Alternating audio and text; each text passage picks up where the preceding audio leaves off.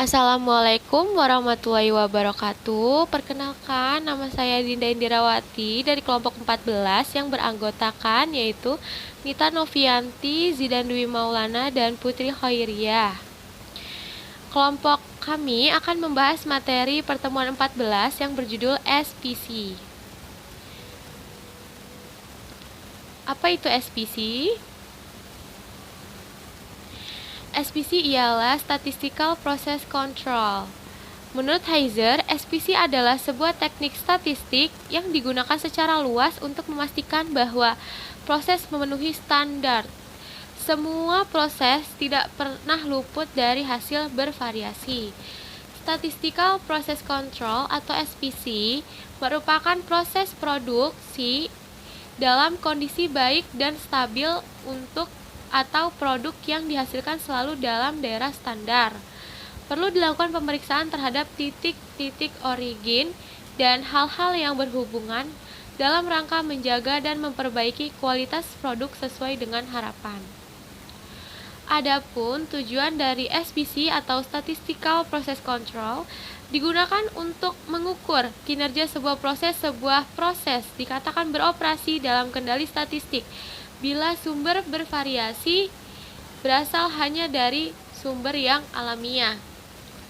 Menurut Gerald Smith tahun 1996, tujuan Statistical Process Control atau SPC diantaranya ada: pertama, meminimasi biaya produksi; yang kedua, memperoleh konsistenan terhadap produk dan servis yang memenuhi spesifikasi produk dan keinginan konsumen; yang ketiga, menciptakan peluang-peluang untuk semua anggota dari organisasi untuk memberikan kontribusi terhadap peningkatan kualitas; yang keempat yaitu membantu manajemen dan karyawan produksi untuk membuat keputusan yang ekonomis mengenai tindakan yang diambil yang dapat mempengaruhi proses. Baik, perkenalkan, nama saya Putri Khairiyah Damayanti. Di sini saya akan melanjutkan presentasi dari teman saya, yaitu sebagai berikut. Dr. Walter Scheinhardt menggunakan hukum-hukum probabilitas dan statistik untuk menggambarkan bagaimana suatu variasi mempengaruhi ukuran-ukuran sampel bagi produk manufaktur, yaitu bila suatu barang atau jasa yang diproduksi outputnya akan serupa tetapi tidak sama.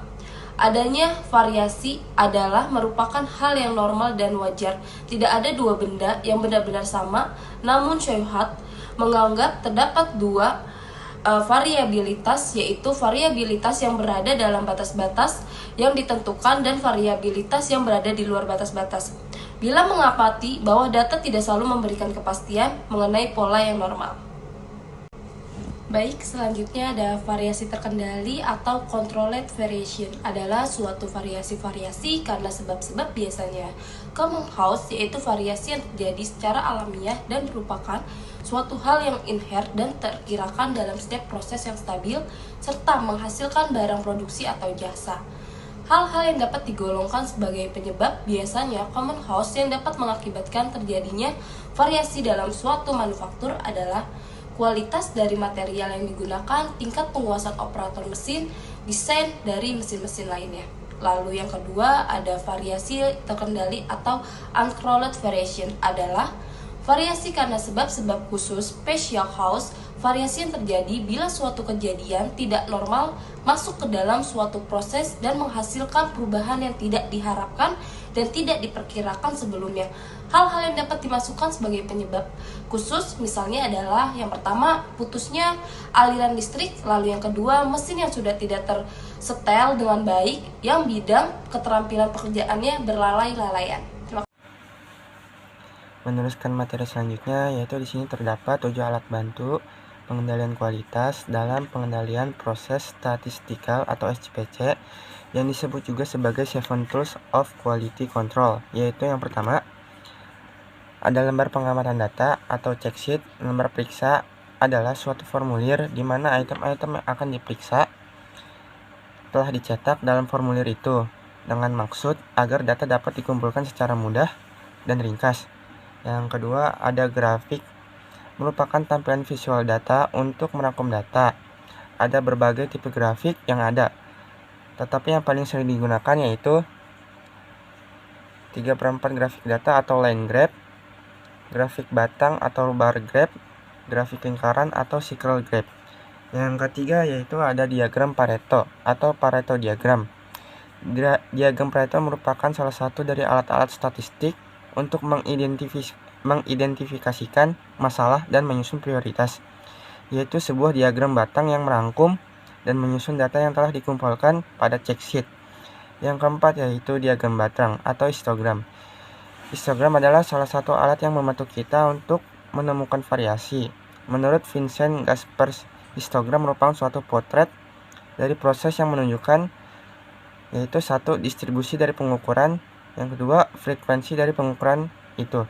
Selanjutnya diteruskan oleh rekan saya. Assalamualaikum, perkenalkan nama saya Nita Novianti dengan NIM 2010-1050-1371. Di sini saya akan menyampaikan materi mengenai tools yang digunakan dalam Statistical Process Control atau SPC. Yang kelima, ada diagram sebab akibat atau fishbone diagram. Diagram sebab akibat adalah suatu diagram yang menunjukkan hubungan antara penyebab dan akibat dari suatu masalah dan berguna dalam brainstorming karena dapat menyusun ide-ide yang muncul. Selanjutnya, ada diagram pencar atau scatter diagram. Diagram pencar merupakan alat yang bermanfaat untuk menjelaskan apakah terdapat hubungan antara dua variabel tersebut dan apakah hubungannya positif atau negatif.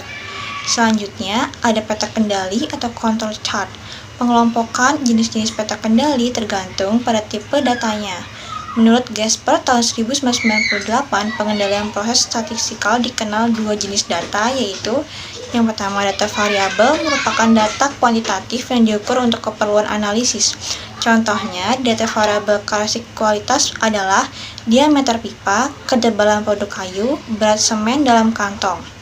Selanjutnya ada data atribut, merupakan data kualitatif yang dapat dihitung untuk pencatatan dan analisa. Contoh dari data atribut karakteristik kualitas adalah ketiadaan label pada kemasan produk, kesalahan proses administrasi, banyak jenis cacat pada produk, banyaknya produk kayu lapis yang cacat karena corelap. Dapat disimpulkan bahwa Statistical Process Control atau SPC adalah alat yang sangat efektif dalam manajemen kualitas yang membantu organisasi atau perusahaan mengendalikan proses produksi mereka dan meningkatkan kualitas produk.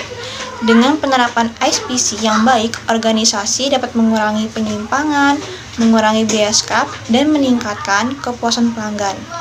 Penting bagi organisasi untuk melibatkan seluruh tim produksi dan memastikan komitmen yang kuat untuk mencapai manfaat dari SPC. Sekian penjelasan materi dari kelompok 4, kurang lebihnya mohon maaf. Terima kasih.